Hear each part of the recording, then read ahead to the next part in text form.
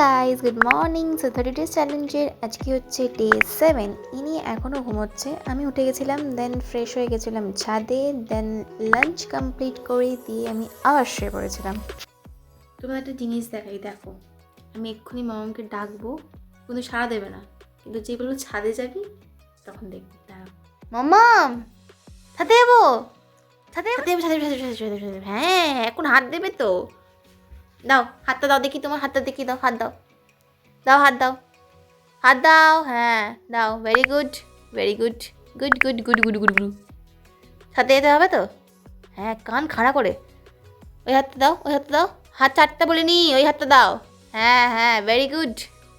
তোর সাথে যাবো, আসো, চলো। হ্যাঁ চলো, ওঠ ওঠ। হ্যাঁ, দরজাটা খোল। দরজা খুলে দিয়েছি। হ্যাঁ, এবার কোথায় যাই বল। ইস্যু হয়ে গেছে, এবার চলে যাবে নিচে। কোথায়? নিচে যাবে তো? ঠান্ডা আছে, এখন ঘুরতে হবে না। চলো নিচে, চলো চলো চলো, তাড়াতাড়ি চলো।